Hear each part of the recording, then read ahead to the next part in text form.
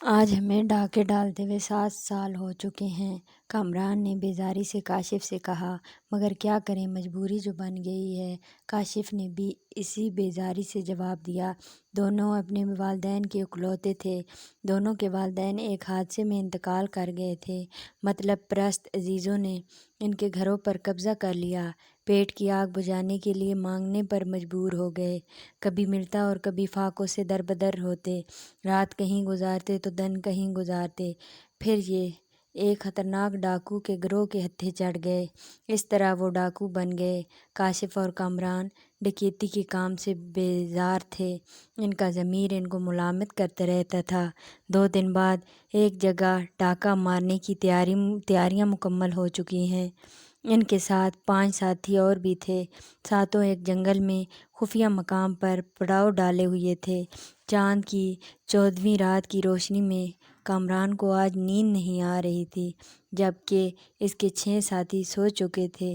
اس کا دل بہت پریشان تھا، اس زندگی سے بیزار، مگر پیٹ کی آگ حائل ہو جاتی۔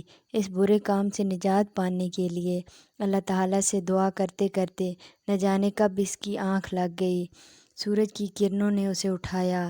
پروگرام کے مطابق آج کا دن بھی یہیں گزار کر شام 4 بجے انہیں یہاں سے نکلنا تھا۔ ناشتے کے لیے تیاریاں شروع کی گئیں۔ کامران آگ جلانے کے لیے لکڑیاں لینے کے لیے نکل گیا۔ اچانک اس کی نظر کھجور کے ایک درخت پر پڑی جو بالکل سوکھ چکا تھا، اور ساتھ ہی ایک ایسا درخت تھا جس پر کھجوریں لگی ہوئی تھیں۔ ایک چڑیا اپنے منہ میں کچھ رکھ کر کھجور کے سوکھے درخت پر آتی۔ اس طرح چڑیا نے تقریباً 7-8 مرتبہ کیا۔ کامران کا تجسس بڑھا کہ اس سوکھے درخت پر کیا ہے، جو بے ساختہ وہ کھجور کے درخت پر چڑھنے لگا۔ وہ درخت کی چوٹی کا منظر دیکھ کر حیران رہ گیا۔ اس کے دل پر جیسے ایک چوٹ سی پڑی۔ وہ یہ منظر دیکھ کر اپنے ضمیر سے اٹھنے والی آگ میں جلنے لگا۔ اسے ایسا لگا کہ جیسے اس کی طاقتور بازو اسے ملامت کر رہے ہوں۔ فوراً نیچے اترا اور لکڑیاں کاٹے بغیر اس کے قدم ساتھیوں کی طرف اٹھنے لگے۔ تم خالی ہاتھ ہی لوٹ آئے، کاشف نے کہا، جو روٹیاں پکانے کے لیے آٹا گوندھ رہا تھا۔ دونوں میرے ساتھ چلو، میں تمہیں ایک منظر دکھانا چاہتا ہوں جو ہمارے لیے عبرت انگیز ہے۔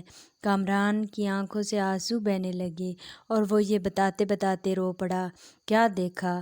افضل نے حیران ہو کر پوچھا۔ نہیں، تم خود چلو، تم چل کر اپنی آنکھوں سے دیکھو، تمہیں یقین کیسے آئے گا۔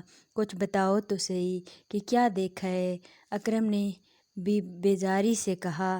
میرے پاس تو وہ قوت تو نہیں کہ تمہیں میں بتا سکوں کہ میں نے کیا دیکھا۔